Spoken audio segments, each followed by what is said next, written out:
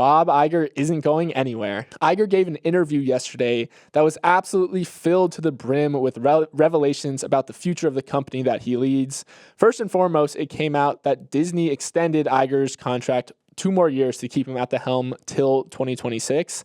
And in that time, it looks like Iger will be in fat trimming mode. He entertained the idea of selling off Disney's linear TV assets, which include ABC and cable networks like Nat Geo and FX, because he kind of thinks that traditional TV is dying. He did make sure to clarify that ESPN isn't on the chopping block as of now, but the company would be open to taking on a strategic partner for the sports network.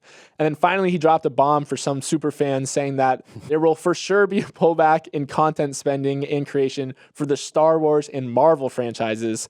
Kyle, so many sound bites there. Any of those stand out to you in particular? I have a few, but first I have to say, Bob Iger is the worst at retirement in the history of the world. He's addicted. He's addicted to the game. He is literally trying to Mike Jordan us. He retired briefly. He's coming back, and he's looking to try to three-peat again like Mike.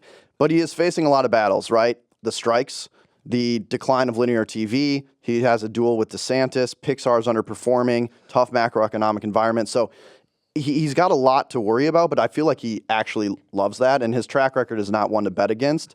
The things that I'm quite interested in are, one, he talked a lot about focus, and I think during COVID, companies experimented. They tried producing a lot of content.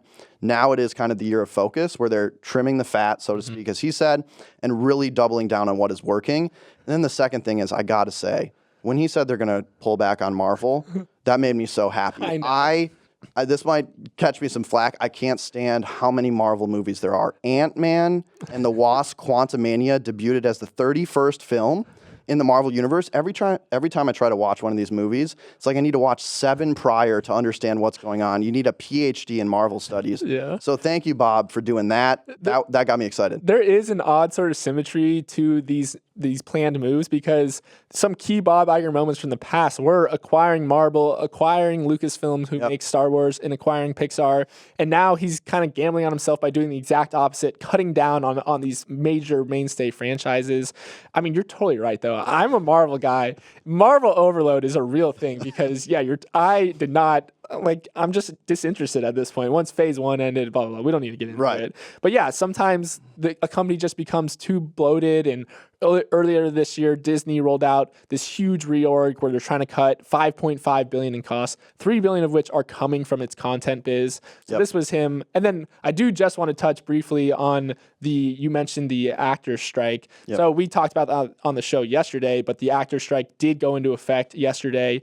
So as of right now, Hollywood is pretty much shut down. And Bob Iger did comment on that, and it did not come off greatly, because he said that he respects the fact that the unions want to get the best possible deal for their members, but they must be realistic about the business environment. And of course, whenever you have a CEO saying to workers, get realistic about the business environment, it's never going to go over well. It's not a good look. And it's a very interesting time in kind of Hollywood and in TV. And, one of the things that were interesting that Bob talked about was streaming services, including live TV offerings, have proliferated. And cable, a lot of people are cutting the cord, I think. In 2023, there were 60.5 million U.S. households with cable TV packages, which is down 40% from a decade earlier.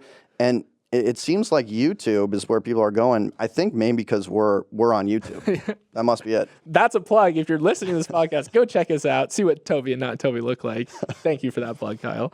Hey, thanks for watching. And if you want more Morning Brew Daily, make sure to hit that subscribe button. And also check out the rest of our episodes wherever you get your podcasts. New episodes drop at 7 a.m. Eastern Monday through Friday, and you can email us at morningbrewdaily@morningbrew.com.